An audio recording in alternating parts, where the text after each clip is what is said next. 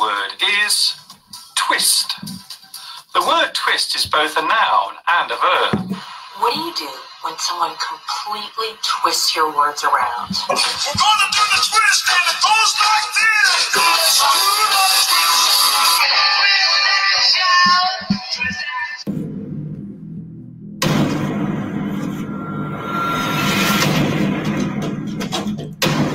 It's time for Twist, the Week in Sports Talk, with your hosts Mike Reeves, Matt Benz, and Greg Green Bay Bowman. Coming live from the Minuteman Press Studio, here's your host. What up, what up, what up? Here we are. Ready to go. Episode 9 of Twist, the Week in Sports Talk, your Super Bowl edition show on a special day and time.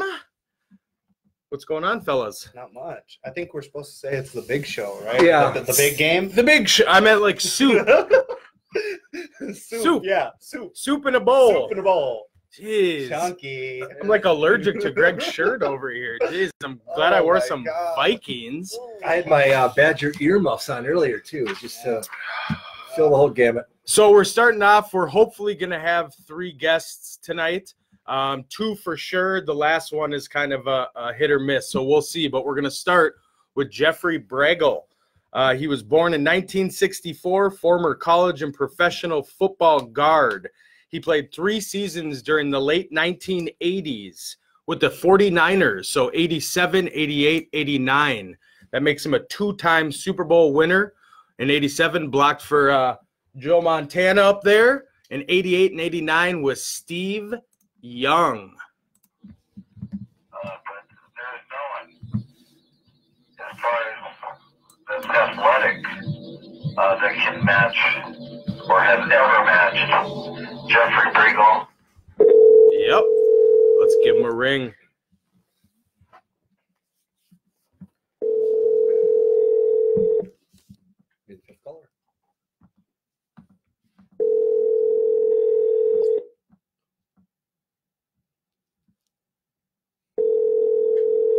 Oh, come on, Jeff.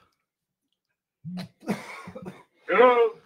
Jeff, you're live with Twist the Weekend Sports Talk. How you doing? All right, Mike. See, I'm getting feedback. Right. Oh, is it kicking back to you? Yep. We hear you good on our end. Okay. So we just gave an introduction before we gave you a ring here. So we're happy to have you on, especially on the EVV of the Super Bowl, which a couple days before you were back in the late 80s. Yes, So we got a couple I've been running up. I can't wait. Game time is around the corner, man. Good times. So you played in the late 80s, 87, 88, 89, correct? Yes, I was drafted out of USC. What was it, 8th? I forget. Did second round, and I had a back injury for a long time, but it was a good thing because we had a great friend. It was a great franchise, great team, and we went to Super Bowl. So No doubt. Yeah. while I was there, I think they had 5 one in '94. So. Awesome. So, Jeff, I know that you got to play in 2 big games. I mean, what was it like pre-game going into your first Super Bowl and the jitters, the anxiety, things like that? Can you touch on that a little bit? Well, I'll tell you, to be honest, I was injured for both those games. I was part of the deal, but I had against the Chargers. We were 6-5. We lost the Raiders. We beat the Chargers the next week. I started that game at left guard. I blew my knee out about the quarter. Guy McIntyre, on my knee of the ACL panic. So I was out for the rest of the deal. But it was a good thing, man. We had a great great team and a bunch of really good players and great guys. So big franchise. Awesome. And then the next season, I had my spine removed. L4, L5 season. A crack in my spine. So, Wow. it was unfortunate for me, but I was part of it and loved every minute of it. But, the time while that I did play while I was in the games, during the season, for awesome. I played against the Redskins on Monday Night Football, and that was freaking awesome. Yeah. I smashed Dave Butts. 15 touches, he was like 325. That was big for him. That's big Now now. they're like 346, right? But Dave Butts, man, it was a inside trap play, and I cracked him. And we scored a touchdown on that play, man. It was fun. That's awesome. It was, we played against the Redskins on Monday. We played against the Redskins on Monday night after that Raider loss. And the next game was that San Diego Chargers game where I blew my knee out. So, good times, but injuries, Yeah, no doubt. And I mean, those injuries really cut your career short. From all the things that we've heard and listened to clips of other guys talking about how you played, and especially, I mean, in college, winning the Morris Trophy, things like that. Right. How devastating was that for you? And did you have a plan B? Well, to be honest, my plan B, my third season was to come back after the spinal surgery and start, and it just wasn't doing the right kind of training. To be honest, I wasn't doing enough doing too much powerlifting crap. Man, like these kids are doing now, and they're going to shorten their careers while they do because of it. And I don't know, the coaches have money. The squats, cleans, and deadlifts are still big. They're good, but the only time you should be doing those kind of lifts is if your core is totally dialed in, and your spine has no effect whatsoever from the legs. That should support the spine out and will shorten their careers because of lumbar, the disc section that wears those discs out. Right. Yeah. So, there's a science to the whole thing, man, and I learned it the hard way. I depose core work and don't do the power stuff. I just I do the isolated body parts and core, and I'm probably in the best shape of my life, actually. I had a little A1C thing, high, pre-diabetic, I got sugar. So, Yeah. I'm in that direction now. Okay. Jeff, I have a question for you. You got to block. Yeah. You got the block for two of the greats of all time, but they were two completely different quarterbacks. Not only a pocket passer and a runner, but a lefty and a righty. So my question to you is, even though I understand that you were hurt and stuff, but just the style. As an offensive lineman, would you rather block for someone who kind of maintained a pocket, or someone who could scatter and you had to buy a little more time, but you always knew that he, kind of could give you a couple more seconds? So for the people real quick here, Jeff, watching, who are these two quarterbacks you're talking about? Oh. Green Bay, Greg? Oh, sorry, Joe Montana and Steve Young. Okay. Yeah. Oh, you got Joe Montana and Steve Young, right? Yep. But let me answer the question with the other quarterback, then I'll leave it up to you guys. Rodney P. Let's see. Okay. I'm playing left guard, I play left and right at SC because we switch sides, right? They always kept playing that. I don't know if they do it anymore, but back then we had T and Hodge. Like, if you're a strong guard, you play on the side of the side. You're on the weak side without the and the formation changes. But, okay, so Rodney P, we're going to pass play, just drop that pass. I set, he kind of like rolls a little bit because of pressure from the other side. my set was perfect. I had the guy locked out, but because he's running the other way, the guy was able to just scramble loose and get him, back towards the direction he was going, and so if you're going to drop back passer and that's not punching a lot, sometimes it becomes a problem because of just the distance and where you're at and location of the field. But Steve Young was a great runner, but Joe, in his early days, was a great runner as well. As time moved on, he just didn't run about much and played safer. He wasn't as fast as Steve Young, but he was a great runner when he first started out.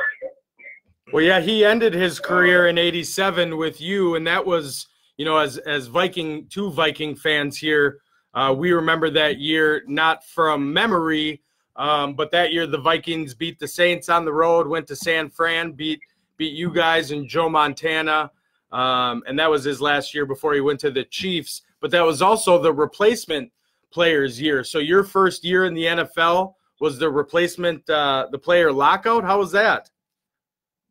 No, you got it all wrong, bud. You got to get the research down, bro. All right, so Joe's first year was after my third season, which was '89, '90 Super Bowl. It's the year where we lost, Minnesota at Candlestick. That was Steve Young, and that was because of the quarterback controversy. Coach Walsh, for a very good reason, he couldn't make up his mind. I mean, they were paying both those guys a lot of money, and what are you going to do? Sure. Yeah. Yeah. Okay. But I mean, Joe quarterback both Super Bowls. The year after we lost to Minnesota, Joe quarterback the Super Bowl, the drive against Cincinnati, where we won that game. John Taylor won it with that touchdown in the end zone, and then the next year we smashed Denver and Elway 55-10, and Joe was the quarterback there. So that, and then I think there was one more season. I forget, because by that time I was done. My back, I just didn't want to do it anymore. I don't know. I just didn't do it. So what are your thoughts then going into Super Bowl Sunday, this Sunday, and what are, obviously, are you still have some allegiance to San Fran? Is that who you're hoping pulls out the victory? Oh, yeah.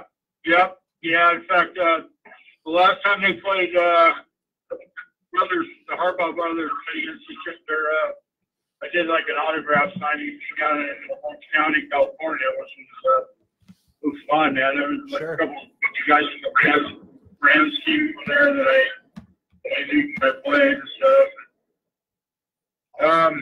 But I think the 49ers, if their defense plays like they should, because they've got talent across the board and good coverage guys, they can keep the points down and then let that offense go to work. I mean, they've got a good runner, and then Garoppolo, he's good. Once in a while he'll pull it back, but he hasn't really been doing that lately. So my hopes are up. Yeah, I mean, he hasn't really had to throw lately, so that's the big thing there. That running game and that defense is beastly, and yeah, I definitely, I think it will be a great Super Bowl. So, yes, sir. I can't wait. Awesome. Well, we appreciate you coming on and being a guest. I know you have an appointment coming up, but thanks for taking the time out, and I know you like the page, so continue to follow and watch us, Jeff. You got it, brother. Yeah, I love it, man. Thanks for inviting me on the show. Thanks, Jeff. Have a good one, man. Thanks a lot. All right, guys. Take care. You Take too. care. Bye-bye. Awesome. That was good. Beautiful first interview. Yeah, it's cool. Just even though that he's didn't have a 15-year career and stuff. Sure. It's kind of cool hearing that story about being in the trenches. So that was neat. And 2 rings regardless. Yeah, exactly. What a bunch of talent, man, that dude had. I mean, just looking at stats here and there, I mean, dude was a beast in college. Yeah. We're talking All-American 2 times. So that's crazy. That's awesome. And that's just some of the guests that we get, man. People that a lot of people may not know simply because of our age or just the different, being a SoCal dude. So Awesome. Good guess. Yeah, grew up in California, went to USC, Right. and then the 49ers. I Yeah, know. never had to leave the state. Yeah, it doesn't happen often. So we're going to cut right into guest number 2. Some of you might remember him from his playing days with the Minnesota Vikings, Corey Withrow. Yes. He's a Spokane, Washington native, former center, signed with the Vikings as an undrafted free agent in 1999. Hey guys, this is Corey, and this is your Emerge Minute. Hey, just want to talk to you real quick about 2 things: gratitude and encouragement. Yes, sir. All right, let's give him a buzz.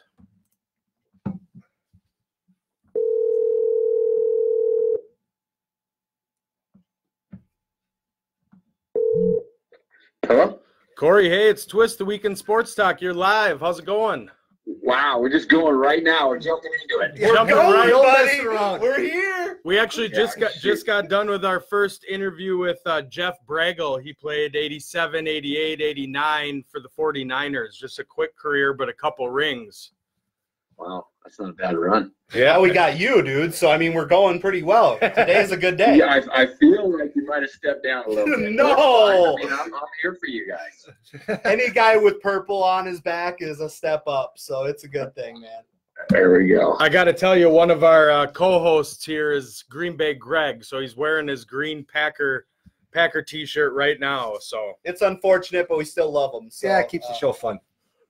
Well, I feel like it would keep the show fun. And, I mean, everyone's got their problems, I guess. Yes. I mean, we could just, it's all right. That is correct. I'm about to get into your bio here in a second, but go ahead. No, shoot. Oh, no.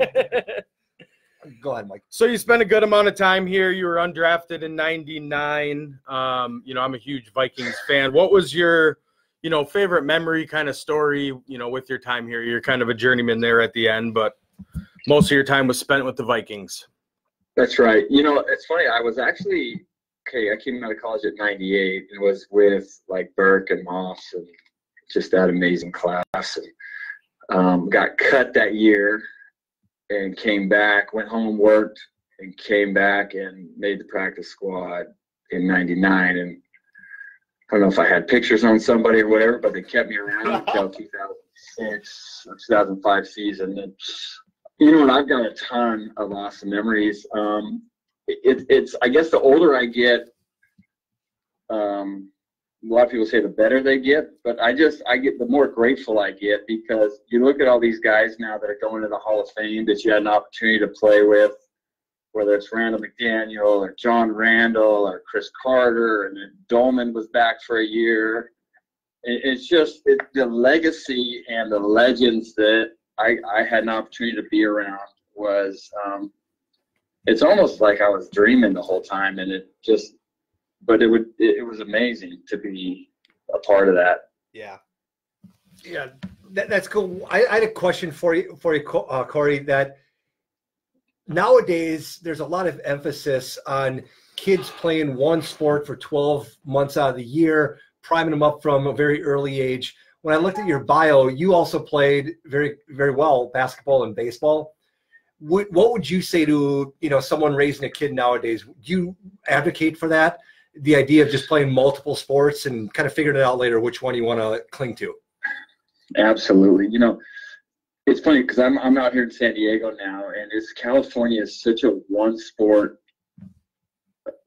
state, and it drives me crazy because you don't get the experience, how either good or bad you are at something, but you're hurting your body. It's just the same wear and tear, the same muscle movement, the same all this stuff. It's not physically good for you. Mm-hmm. And we've done stuff out here with certain, gosh, I don't know who's out here. Dr. Andrews, he came out here and did this thing and was talking about how that kind of thing in California is hurt. Like baseball players that come out of California, they don't last very long because of that's all they're doing is baseball 12 months a year.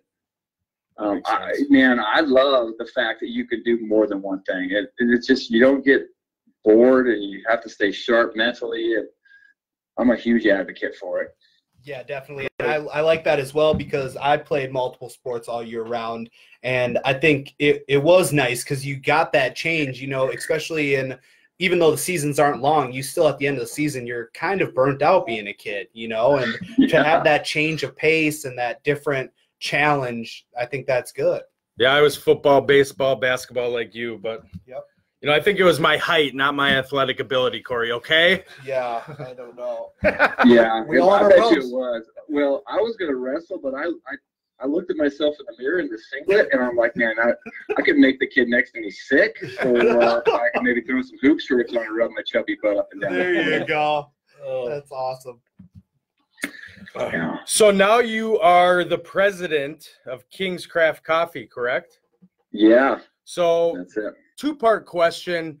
How'd you come up with the name for your brand, your coffee, and, you know, what inspired you to kind of go from an NFL football player to, you know, a coffee connoisseur? Yeah. Those are both great questions. I will tell you, it started my love and my kind of passion for creating a space, and that's kind of what we've done out here, is creating a space where people can go and just breathe and relax. It started, I walked into a Caribou Coffee in Minnesota, and they're not, obviously not out on the West Coast at all, but Okay. when I was in Eden Prairie, I walked to one, I'm like, man, this place feels good. And I just knew that was something that I really wanted to be able to do, is create a space where people could come and just relax and breathe and have something that they can experience that they've never experienced at any other place. And so that it started back then, probably about 2004, when I was in Minnesota. The name of it's great. You know, it's kind of twofold. It's the King's Craft. It speaks of our family's faith. One, and two, it's like when you're the king of something, there's nothing. Like if you're in a kingdom, your job is to provide protection and provisions, and that's what we kind of like to have, a space where people could just feel like they don't have to, like they can put their guard down, they can have something that nourishes their body, that's going to be good for them, and that's kind of it, man. Sure. Cool. So it's just that family vibe, that comfort place, the safe place. That's what you're getting with the King's Craft. You know what I mean? Yeah. You know, we're out here in San Diego is a very big third wave, West Coast, very big third wave coffee experience. I roast our own coffee. My roaster's actually from Minnesota. It's from this company called Mill City Roasters. It's in Minneapolis. Nice. And those guys are amazing. But I just I wanted to be able to get my hand on everything. I take kind of what I've done in my sports career, if that's what you want to call it. But I just took it. I'm like, how do I try to work to be the best at whatever I can? And so that's kind of what we're doing at coffee. That's awesome. So for everybody kind of viewing in right now, Corey, we do a live show on Facebook right now, and then we upload it later on to our YouTube channel, and then through that on Twitter as well. So we're talking with Corey Withrow, former NFL center for the Vikings, also played with the Chargers, Rams, and Seahawks, but we won't hold that against you. Thank you. So the King's Craft Coffee, that has nothing to do with the Vikings? Yeah. There he is. That's awesome. Corey, question for you. As an undrafted player, you know, you hear a lot about the guys who drafted in the first round, second round, all that popularity. What was the process like for you? Did you have a lot of teams coming for you initially, and you got to pick which camps you wanted to go to, or how'd that work? I had 3 teams. The Cardinals, they were the Houston Oilers, or transferring to the Tennessee Oilers, and Coach Tice called me with the Vikes in '98, and he was the only coach that called me and really kind of invested his own time, and I just felt like, you know, we talked about Jeff Christie was there, and I just thought, wow, this just feels good. And as far as like the hype, and I walked on to at Washington State. I was not like obviously a huge high school prospect, but so the process felt very similar. It's like, okay, we're going to give you an opportunity. It's up to you to do something with it. Awesome. Cool. Yeah, I can definitely I praise you in that aspect of just your grind and your your hustle in life, man, because a lot of people would say, what's next? And for you to be an entrepreneur now and do something that you enjoy doing and still enjoy life after, playing a kid's game, getting paid to play a kid's game is one of the biggest dreams for most kids nowadays and back in the day, so it's awesome, man. So thank you, man. Yeah. So Corey, I became a Vikings fan about first grade. We had to do a school paper of who your hero was. And sorry, Mom and Dad, they know I wrote the paper on Johnny Randall.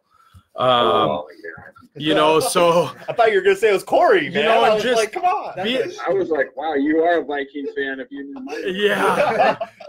But just as intensity, and I used to, I'd watch Rudy before games and kind of have that passion and eye paint and stuff like John Randall, and as a really young kid, that's that focal point of John Randall, and just as intensity is what drew me into the purple. To begin with, what was it like, A, just playing with him, and B, in practice going against him? I will tell you, he was just as intense in practice as he was in the game. He had like one speed. And I'll never forget, Coach Tice thought it was going to be really funny. My very first one-on-ones, they put me at left guard because Randall, he didn't take any one-on-one reps. So they threw me in, and he's in there like starting to bark at me and stretch around, and I'm like, oh, good Lord. And so we do the first round, and he tries to do this thing, but like my whole game was speed, and so I stayed in front of him, and everyone started kind of chirping at him. It's like, oh, here's this undrafted guy, kind of stayed in front of him. He didn't touch the bag, and so he's like, I want to go again. And I'm like, okay. And so we go again. And I get like, it's like one of those things where I shut my eyes and my hands just punched him in the chest and I landed. And I'm like, oh, guys, it worked. And I got him again. And he's like, we're going again. I didn't know, I was like, yes, sir. Okay, I guess starting to get a little tired. I'm just like, everyone wins the lotto. I don't know. I'm getting lucky. So we go again. He bull rushes me back to the bag. And I'm like, I'm ecstatic because I'm getting this opportunity. And I'm like, oh, man, wait a minute. My confidence is kind of growing a little bit. And he wasn't happy with the fact that he didn't bull rush me hard enough. Sure. So he says, we're going again. And just at that point, I think Randall McDaniel, because Randall was like chirping at him and barking at him. It was so funny. And just at that point, Randall, and who never takes one-on-one, he goes, hey, Corey, it's my turn. And so he steps in, but John had already called it. I called out going again. So Randall McDaniel steps up and he goes, and they go, and Randall kind of like locks him down, and they laugh a little bit about it. And I'm just like, oh, Randall. At that point, I loved Randall McDaniel's game, like watching him in college and everything. But at that point, I just kind of like had this huge man crush on him. I'm like, oh, you saved me. That's awesome, man. Great. But he was intense. Like if you tried to like even touch him or something in practice, he would kick you. He always was moving, and it was just. And then off the field, he was one of the nicest, most caring teammates I've ever. Like he was such him and Randy Moss. Those guys were like they had like that persona. They were the greatest teammates. Yeah. They're such a good team. I remember in 2004, I actually reached out. Our guest next week is going to be Michael Bennett. And, oh, awesome. And in 2004, a year after I graduated high school, Burnsville High School put on this thing with their varsity basketball team and Minnesota Vikings players. I don't know if you remember that at all. I do, yeah. So Randy Moss was there, and I remember there's this ramp going down to Burnsville, and he's walking through the hall. Man, this is like a regular old high school basketball game. And so awesome. Michael Bennett actually showed up. He was in crutches. I think he broke his leg that year. But it was awesome to watch kind of that. And Randy was slipping all over the court. He ended up doing a dunk contest with with Ryan Amoroso, who was like the big stud for Burnsville at the time. So that was really fun, and we're excited to have Michael on next week. Yeah, Corey, I may have a lot of problems, Corey, being a Packer fan, but I am your age. So Thank you. I got that. You got that going for me. Good. Well, they got wisdom on the show anyway. That's great. Exactly. Something like now that. we're talking. Now we're leaning a little hard on his ego there. So. Yeah. So you don't have any stake in the game, obviously this weekend, but I'm sure you're still a big football fan. You got any thoughts on the game or who you want to win? I'm hoping it's a great game. I know it will be. I think that if Kansas City jumps out on them, I don't know that San Fran has the firepower to, if they're going to shoot it out. But if it stays close and it's going to be a grinder and those guys want to go boxing match type style, I don't know that San Fran can be beat. They're too physical. Yeah. Sure. Their offensive line both lines are both really fun to watch, I think. And so they're really well coached, and Andy Reid is just an animal. It looks like a walrus, and how can you not root for that guy? No doubt. No doubt, man. Former Packer assistant. So where can some of our viewers find either you on social media or King's Craft Coffee, anything like that? Yeah, King's Craft is at King's Craft Coffee on Instagram,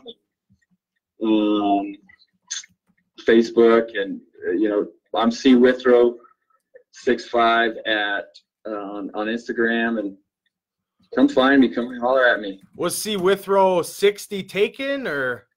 Yeah, what's funny is it was taken, and so we had to go with the second number that I played with for the Chargers. So I don't know, it's weird. I'll make sure and reach out to him because I want, C Withrow 60. You got to represent that purple. Oh, yeah, that 6-0. That thing is a beauty, isn't it? Yes, it is. Well, that's awesome, Corey. We really appreciate you having you on, man. And really, anytime else that you would join us, it's always a pleasure, man. Hey, anytime. You guys do a great job. I was doing a bunch of research on you the last couple of days, and you guys are everywhere, man. It's fun to see what you're doing, and you guys are real dudes, and you make me miss living in the Midwest. There it is. Awesome. Well, we appreciate the kind words. Yeah, thank you, Corey. Take care. God bless, man. Thanks a lot. All right, you too. Thanks. Bye. Wow. That was a good. Yeah, I like that. Oh, real guy. That. Beaut. Yeah. Ripping on me, understanding my intelligence.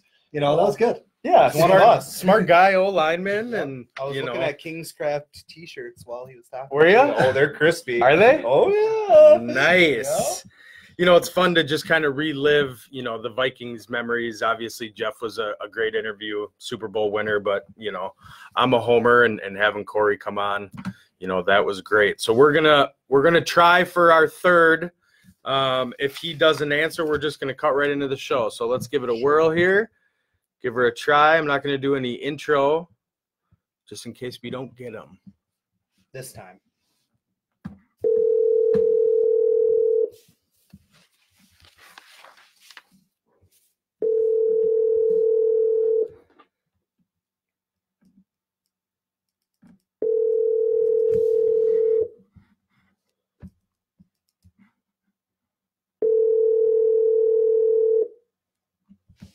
I'm sorry.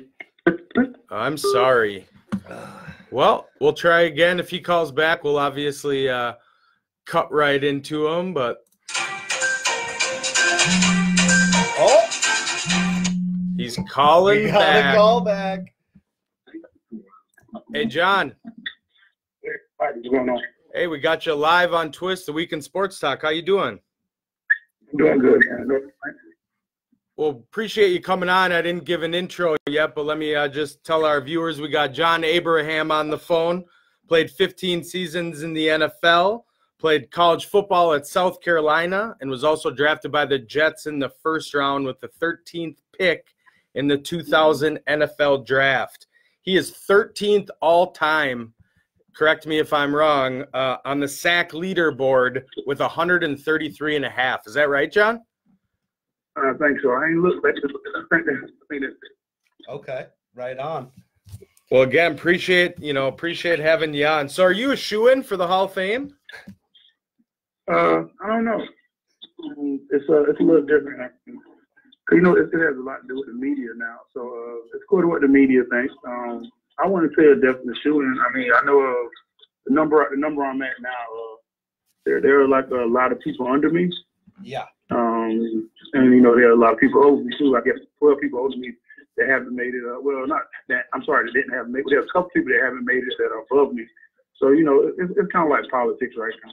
Sure. Well, I'm just looking at some of your stats right now, John, and it's 533 tackles, 133.5 quarterback sacks, 46 forced fumbles, 5-time Pro Bowler, 3-time first team, 1-time second team. I mean, that in of itself, man, is impressive, man. So it's an honor to have you on the show. All right, thank you for having me. No problem. I have one thing that when I was looking up stuff about you, what I think is so amazing about your career, because we have on people all the time that grinded their entire life. You didn't start playing football until your your Senior year in high school. Senior year of high school, is that correct? Yeah, that is correct. And you're a track star by long term, correct? Yeah, track and basketball is my sport. That's but, awesome. You know, I think it was just I played my last year just pretty much just because I want some more accolades in my team book. Great choice. No doubt. Well, accolades is definitely something that you have. So after just 1 year and your senior year, obviously you're talented. I grew up watching you and being a Viking fan myself. We got Green Bay Greg over here. He's a Packer fan. How did college, were they kind of looking at you for multiple things, but just 1 year in high school and boom, you're playing for South Carolina? Well, I had pretty much down to 2 schools. I could have played, basketball at a small level school, but I wanted to stay close to home, and University of South Carolina was there, and it was Clemson. So I had it between Clemson or University of South Carolina, but my mama liked South Carolina more, so I chose South Carolina. Right on. And then I also see here, between the years of let's see here, 2007 and 2013, you almost played every game, every season in that span, and you were dominant. How did you stay healthy and through that period of time, or did you just feel like you were just in your prime? Yeah, I think my body just kind of, it's crazy because the older you get, your body still tends to have growing to do. Sure. And, so like a lot of times you see a lot of the young kids, kind of like even with Zion, Zion's only a 19-year-old kid. Yeah. And he got hurt and everybody was like, dude, they're saying that he's too big, he's too this. No, he's still growing. Sure. He's still growing as an individual, as a man. So I still had some growing to do. I think everything grew and got to where it needed to be. No doubt. Yeah, you were a beast for the Falcons. So, I look at the list of the 12 people under you, and 3 of them, were former Vikings with Jared Allen, John Randall, and then Chris Doman, who obviously we just lost. What do you remember, about watching Chris? Were you a fan of him? Thoughts on him at all? I can say the biggest thing I can remember about Chris is just his tenacity. I guess his will to win, and he really never got hurt. He played almost every game too. He was one of them guys that did get hurt. And he was a heck of a player, on and off the field. Yeah. It was definitely a big loss, not only for the NFL, but for his family. There's a lot of local people here that knew him as just Uncle Chris and not the freak on the football field. Was there a key moment kind of in your career where you said, man, I might be one of the best ever at this? The funny thing is, I think everybody feels that way when you get drafted. Because think about it, only 1% of people make it from college. Think how many colleges out there, and you only get like less than 300 people come in a year. And then I guess at the end of my career and the beginning of my career, I was like, whoa, I made it. And then at the end of my career, I played 15 years. Yeah. And, I had to sit back and look like I played 15 years. And just playing, average is like 3.5, 4 years now. So, getting to do that, even if you didn't make a Pro Bowl or made a Super Bowl or just getting 15 years in anything in life is an accomplishment that a lot of people can't do. Yeah, we had a couple guests on before you. Jeff Bregel, he played 87, 88, and 89 for the Niners. He was an offensive guard, and that was his career, was 3 years. He got hurt in 88, he said, and then again with his spine in 89. So 3 years and 2 rings isn't bad, but it's not a long career. Not bad at all. And then right after him, we had Corey Withrow, who played, kind of not as long as you, but with you, played for the Vikes and stuff. You remember Corey at all? Yeah. Okay. So what are you doing now, John? What's going on now? You sitting in the sun, or are you got some other things in the works? Well, I promised myself I'll take 5 years off. Okay. So this is pretty much my 5th year, so I'm starting to try to get into some more things now. Sure. Trying to get a book out. Okay. I wanted to write a book simply for myself, trying to play a little bit more music, but mostly just trying to be a good father. Because it's been 15 years I gave to football. I have a daughter in college, I have an 11-year-old, and I have a 3-year-old. So I'm trying to spend as much time with them as I can before I go back to the work field. Awesome. Yeah, you got to respect that for sure. Definitely. Another really cool fact I learned about you is you were traded twice for a first-round pick. Once originally and then once again later in your career. What I think is so cool about that is teams don't want to give up those first-round picks. And then you were valuable enough to just take that guaranteed asset. So what I want to know is, do you get take a lot of pride in the fact that a team's going to take away that one asset they have and they want you for it? Is that a pretty cool feeling? I actually never thought of it until you said it. Oh, that's a great question, then. I never thought of it until you just said it. But it's definitely something that I literally never thought about until you just said it. But I can take it as something good. But also they probably traded a good player too for me. So I don't try to get all about me all the time. I think the Jets did me well when I was there. They put me on their all-time team. That felt good. So I'm just happy I did good for them while I was there. But like I said, that's when the business stuff come out. The business at the time knew that I was that kind of player, and they knew I deserved that kind of money or that kind of round pick. Sure. So you got a pick for the game this weekend? You're going to be watching? I'm picking whoever wins. Smart man. Who's ever winning when the 2-minute warning hits? Yeah. Whoever had the most points. I'm going whoever got the most points. There you go. Let's take that logic to Vegas. Oh, that's Yeah, awesome. I know. So where can some of our viewers find you on social media or anything that you're kind of doing? I saw 55 Get Live. You got 2 on Twitter, and John Abraham 55. Are those both yours?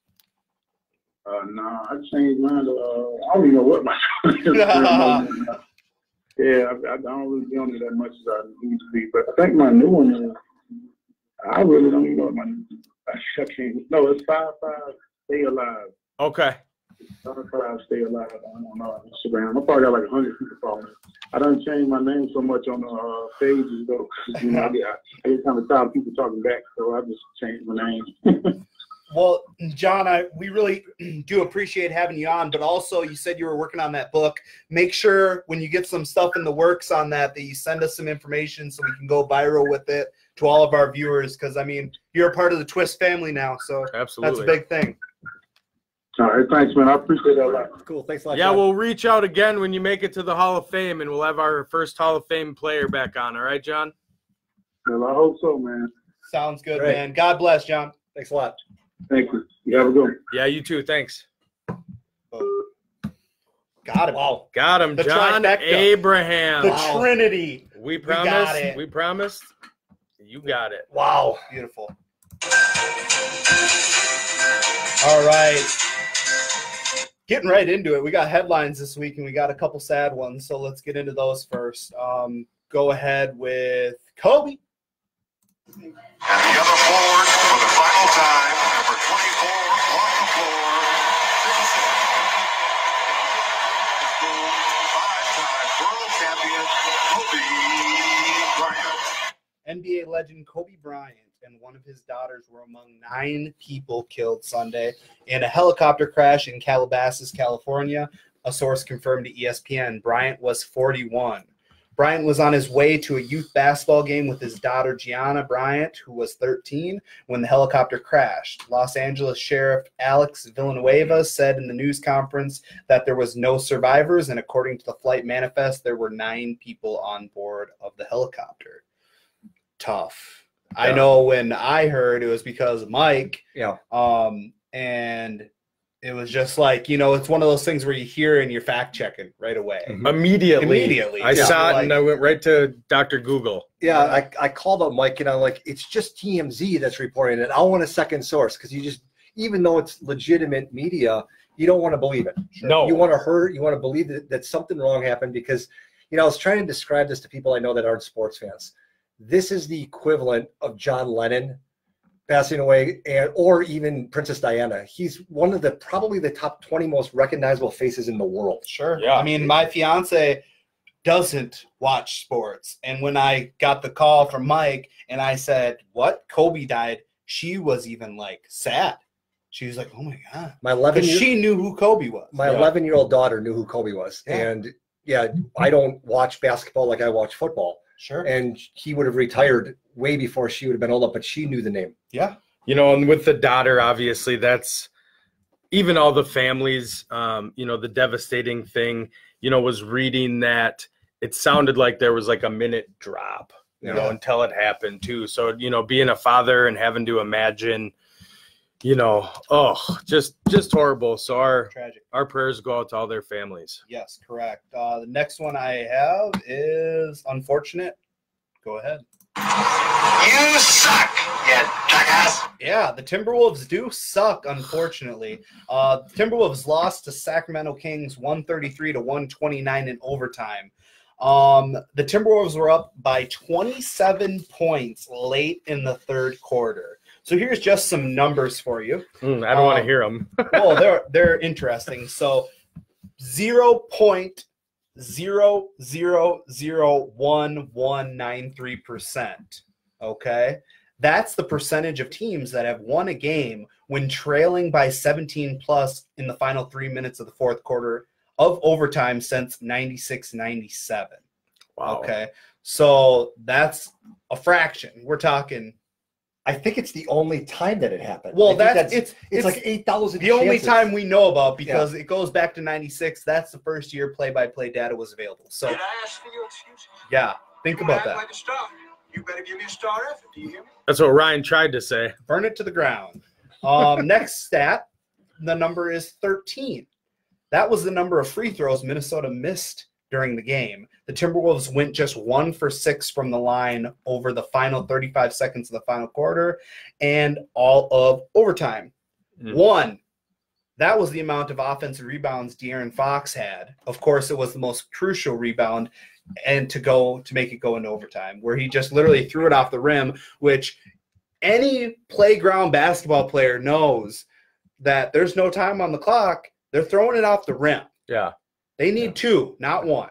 So that's that, man. T-Wolves, I don't know. I'll pray for you. Next one. Following a stellar career at the University of Pittsburgh, Chris Dolman was selected by the Minnesota Vikings with the 4th overall pick in the 1985 NFL Draft. Hall of Famer Chris Dolman dies of brain cancer on Monday. He had 8 double-digit sack seasons and led the NFL with 21 QB takedowns in 89.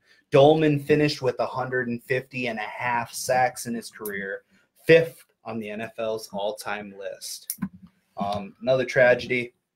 Yeah, morbid week for sports, really. Yeah, and you just hear about, all the things, on K-Fan, they're constantly playing this week, his Hall of Fame induction and how he's so humble, man. And that was even like speaking to John and all of our guests tonight, how humble they are and realizing that they did what they did. So, yeah, that's a tough one as well. So that's the headlines for this week.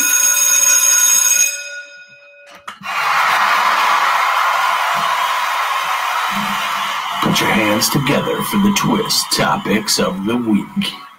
Here we go. Twist topics, baby. Bring it.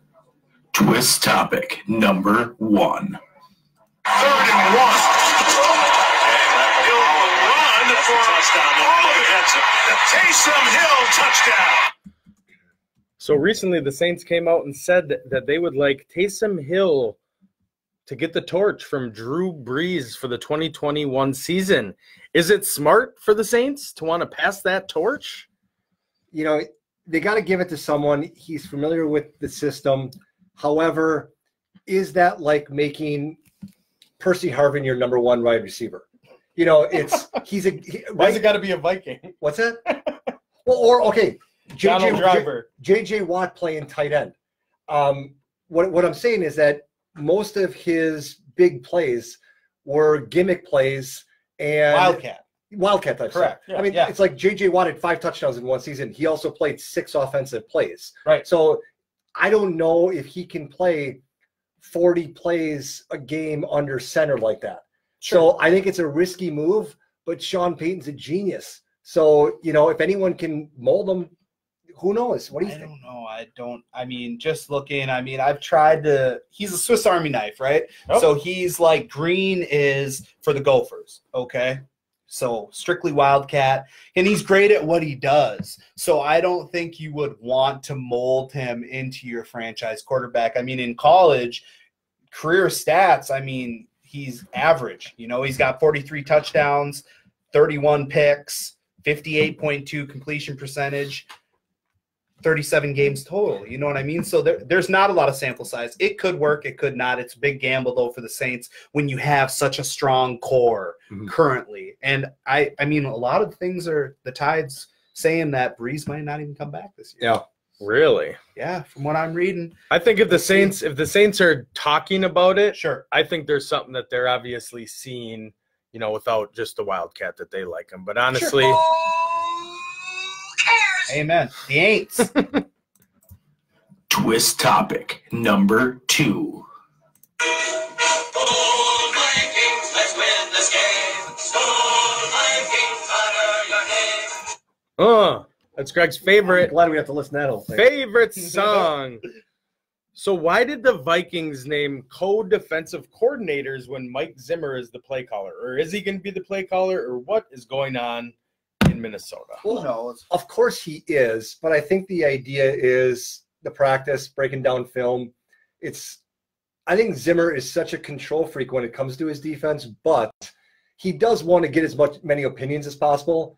And I think having 2 guys that both think they're his number 1 assistant is going to just help feed him information.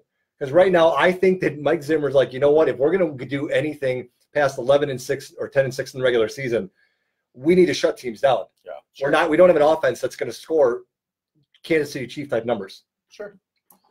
So, I don't know, man. I think it's just opening the door for Zimmer. Junior, Adam. Well, but I'm saying opening the door for Zimmer to be done. This is it. This is it. Oh, I don't know if I buy that. You don't buy it? I'm thinking so. I think this is Zimmer's last year. Good, bad, ugly. I mean, I think it should He's going to the ranch. He's going to the ranch. As he should. As he can he join Ashton Kutcher there. Yes. You know, part of it, I think they did a co because he just didn't want to make his son defensive coordinator. And if something were to kind of go bad, it would just be the whole Zimmer down with the ship type deal. So it's like, we'll make him a co. I don't want you guys getting mad at me. It's my son. Blah, blah, blah. Whatever. Whatever's right.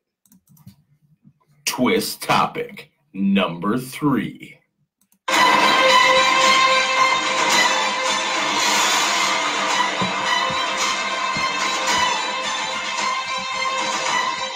For some of you unfamiliar, that is the song of the NFL Hall of Fame, which, in my opinion, they're letting too many players into. Correct. What are your thoughts? That's an interesting opinion. Go ahead, Greg. You know, I guess they are letting too many players in, but I do like the way that they go about picking the players. What they do is they have a committee of educated football aficionados, you know, people who are in the industry, writers, newspaper writers, people like that. And each one, someone kind of advocates for a guy and petitions for him. And then they come on, they vote for it, et cetera, et cetera. So I like the system because you kind of have to prove your validity to it. But I do agree with you. they don't need a floor and a ceiling. Sure. You know, you don't need to have 6 people in every year. Some years you just might not have that many. Well, what about the 15 they're inducting this year? Well, yeah, and that's nuts. I know it's becoming too much of a promotional thing with TV because you have to block, set aside so much time. But it is what it is. I can't imagine ESPN, airing all of those guys. It's just it won't be ESPN. It'll be ESPN2 or whatever. NFL Network. NFL Network. It'll be something. Yeah. ESPN's to be doing the whole thing. Yeah. Upper Decker. John Abraham, I'm telling you, he will, and not just because they're letting in like 15, but just, to be 13th all time and with the stability. And so I hope he does get in so we can get him back. Beautiful. The next one. Twist topic number 4.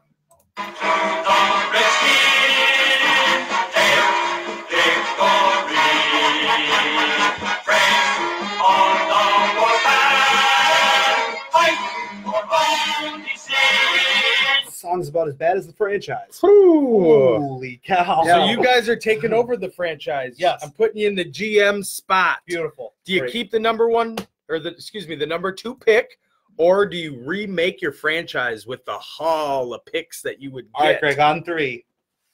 We say yes or no. Okay. Yes to what? You keep it. If we keep the pick. Okay. Ready? Yeah. 1, 2, 3. No. No. Beautiful. Yeah. Same page. Oh. Let's go. No, you don't keep them because your team's trash. So you get Young. Let's say you take the second pick, you take Young. Okay. Who you love. I love him. Going to be the best player in the draft. Hold on. So you take him. What's that do for you? That's one guy. You need a whole squad. There is trash on your team. You're a burning trash can. You're a Canadian football team. Yeah. And right now you don't have a quarterback.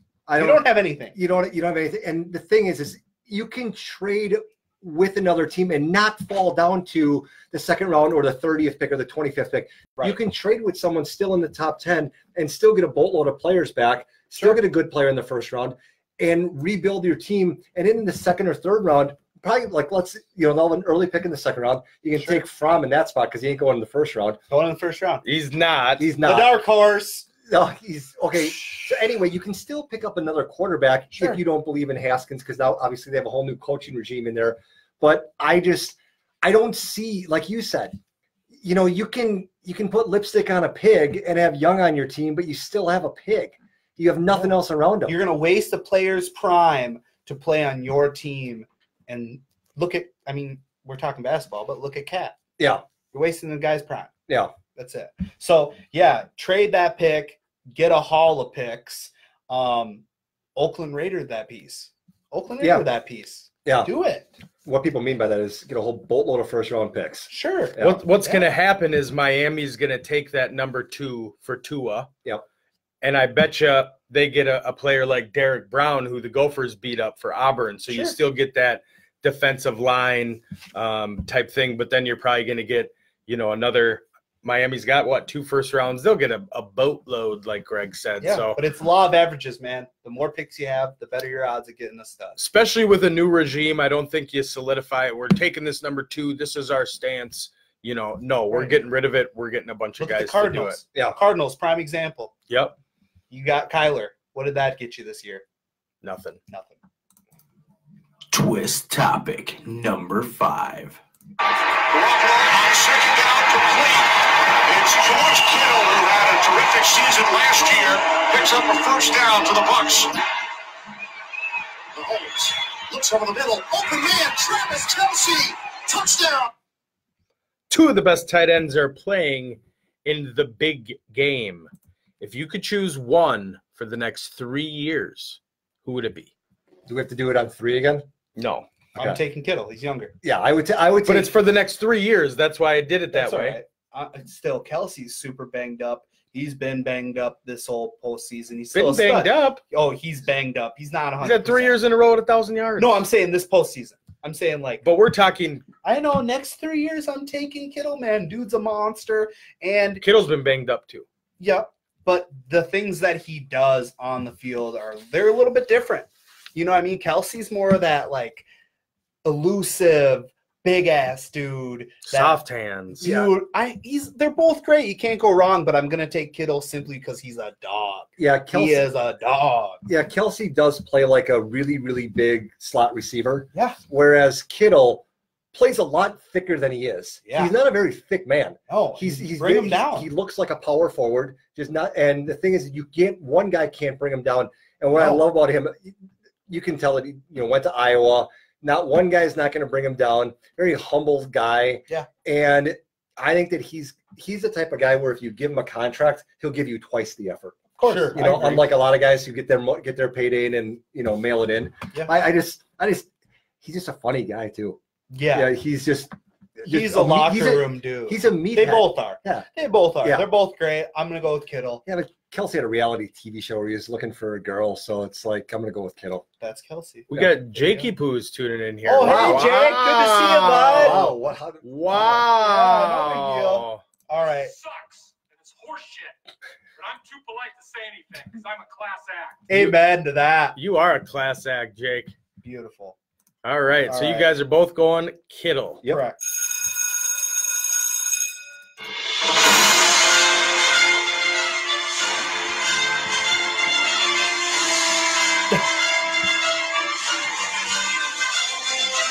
Oh, so before we get to our Super Bowl pick'ems and to kind of talk about that game, I do have some fun things here about the Super Bowl. A ticket to Super Bowl I between the Kansas City Chiefs and Green Bay Packers costs $6. Do you realize that it was not called the Super Bowl? Ticket to the Super Bowl, it says. Super Bowl one. Super Bowl I was not called the Super Bowl. It's called the AFC NFC Championship game. It wasn't renamed the Super Bowl until the third one. How long are you gonna talk? The game didn't sell out either. In 2018, the average price of a single Super Bowl ticket was 2,500 kwons. The Pittsburgh Steelers were the first Super Bowl team to visit the White House. That occurred in 1980. Greg was like 37 at that time, I think. Right in his prime. Yeah, when the team visited President Jimmy Carter in a joint ceremony with the Pittsburgh Pirates, who won the '79 World Series. So that was kind of cool. That's cool. If you're a Pittsburgh fan or whatever. I waited until Reagan got in office. Keep going. The U.S. Department of Agriculture reports that Super Bowl Sunday is the second largest food consumption day behind only what? You got to go with Thanksgiving. And you would be? That is correct. Correct. My union appreciates you buying food. There's only been one player named Super Bowl MVP who didn't play for the winning team. Oh, that is. You already saw your screen. No, I didn't. He does this all the time. He was stealing questions from me earlier too during the interviews.